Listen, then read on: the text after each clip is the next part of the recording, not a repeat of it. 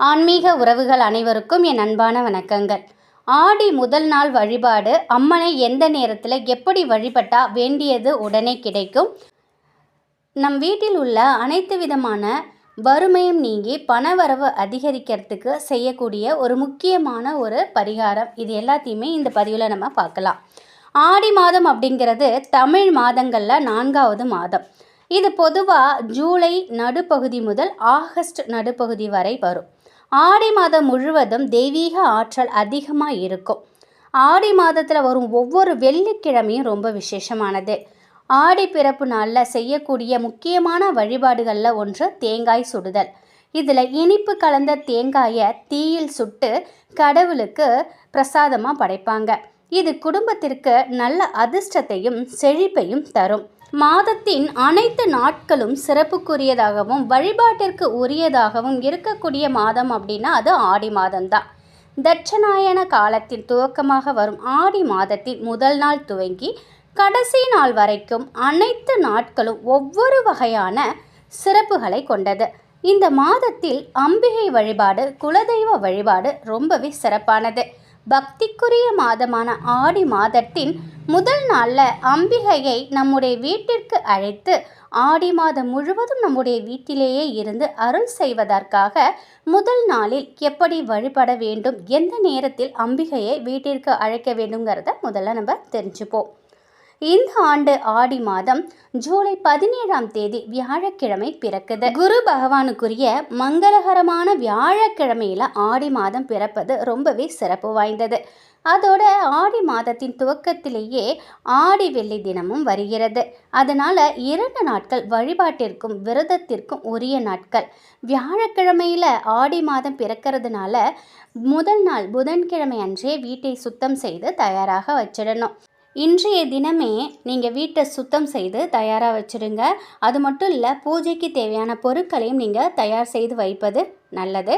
நாளைய தினம் ஆடி மாதத்தின் முதல் நாள் அதிகாலையிலே எழுந்து நீங்கள் குளிச்சிடுங்க. குளிக்கிறதுக்கு முன்னாடி ஒரு 15 நிமிஷத்துக்கு முன்னாடி ஒரு சொம்பில் நல்ல தண்ணீர் எடுத்துக்கோங்க.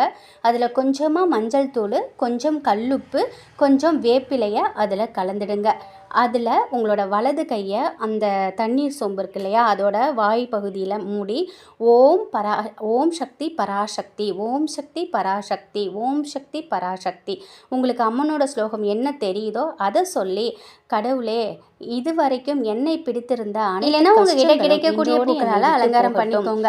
கும்பமாக கலசத்தை தயார் செய்து வழிபடும் வழக்கம் உள்ளவங்க அந்த முறையில் நீங்கள் வழிபடலாம். வீட்டில் விளக்கேற்றி வைத்து அம்பிகைக்கு பிரியமான அந்த வெற்றிலை பாக்கு, மஞ்சள் குங்குமம் படைக்கணும்.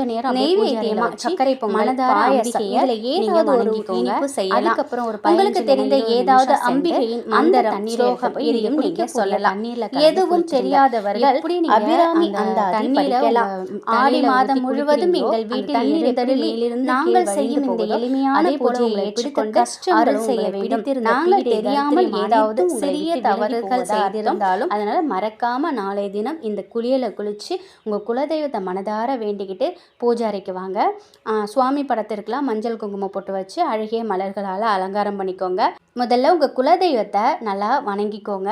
அம்பிகையின் அருள் பரிபூரணமாக கிடைத்து வேண்டுதல்கள் விரைவில் நிறைவேறணும், அதற்கு நீங்கள் அருள் செய்யுங்க அப்படின்னு குலதெய்வத்திட்ட வேண்டிக்கோங்க. அதுக்கப்புறமா ஒரு கலச சொம்பு எடுத்துக்கோங்க. அந்த கலச சொம்பு பித்தளையோ அல்லது செம்பாவோ இருக்கட்டும். அந்த சில்வர் பாத்திரம்லாம் நீங்கள் யூஸ் பண்ண வேணாம். அந்த கலச சொம்பில் தண்ணி நிரப்பிக்கோங்க. நல்ல தண்ணீராக நிரப்பிட்டு அதில் கொஞ்சமாக மஞ்சள் தூள், கொஞ்சம் வேப்பிலையில போட்டுக்கோங்க. அந்த சொம்பிற்கு பூ போட்டு அலங்காரம் பண்ணிக்கோங்க. செவ்வரளி பூக்கள் இருந்ததுன்னா அந்த பூக்களை நல்லா அலங்காரம் பண்ணிக்கோங்க அந்த செம்பை. அது மட்டும் இல்லாமல் நீங்கள் அந்த கலசத்தில் போடக்கூடிய அந்த பொருட்கள் ஒத்தைப்படையில் இருக்கிறது ரொம்பவே நல்லது. இதில் இப்போ நான் சொன்ன பொருட்கள் தவிர்த்து உங்கள்கிட்ட பச்சை கற்பூரம், ஜவ்வாது, ஏலக்காய், கிராம்பு, எலுமிச்சப்பழம், இந்த மாதிரி இந்த பொருட்கள்லாம் நீங்கள் ஒற்றைப்படையில் நீங்கள் அதில் போடலாம். அது உங்களுடைய விருப்பம். இப்போ அதில் போட்டு பூக்களால் அலங்காரம் பண்ணிக்கோங்க. கும்பமாக கலசத்தை தயார் செய்து வழிபடும் வழக்கம் உள்ளவங்க அந்த முறையில் நீங்கள் வழிபடலாம். வீட்டில் விளக்கேற்றி வச்சுட்டு அம்பிகைக்கு பிரியமான வெற்றிலை பாக்கு, மஞ்சள் குங்குமம்லாம் வச்சுடுங்க.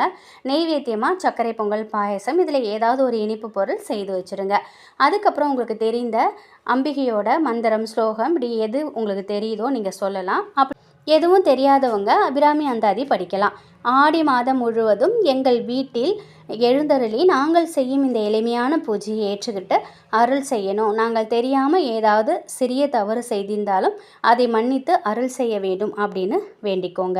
இப்போ வழிபடுறதுக்கான நேரம் பார்த்திங்கன்னா காலையில் 5 மணி முதல் 6 மணி வரைக்கும். அடுத்து காலையில் 8 மணிலேருந்து 10:30 மணி வரைக்கும் நீங்கள் வழிபடுறதுக்கான நேரம். இலை போட்டு படைக்க நல்ல நேரம் பார்த்திங்கன்னா பகல் 12 முதல் 1:20 வரைக்கும்.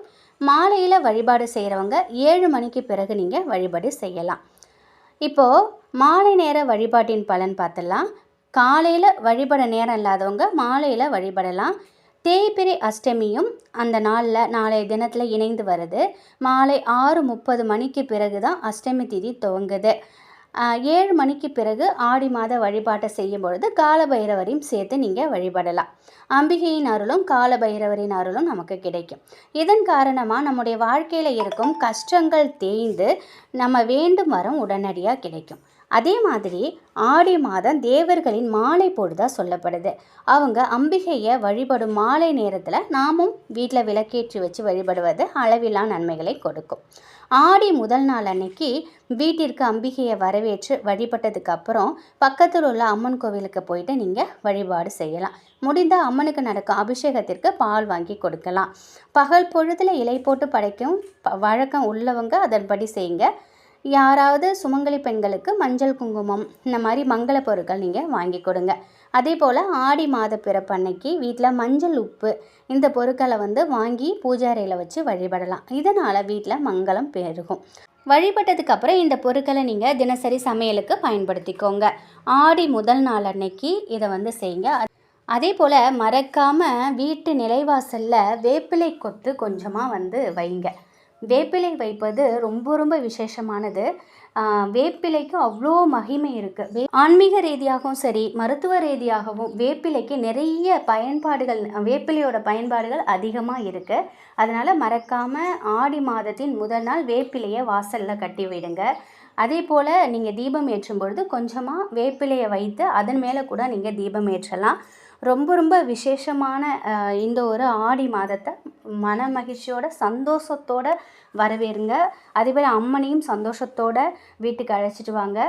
இந்த மாதம் இல்லை, வருடம் முழுவதும் அம்மன் உங்கள் வீட்டில் உங்களுக்கு பாதுகாவலாக இருப்பாங்க. நிச்சயம் இந்த ஒரு தகவல் உங்களுக்கு பயனுள்ளதாக இருக்கும் அப்படின்னு நம்புகிறேன். நன்றி.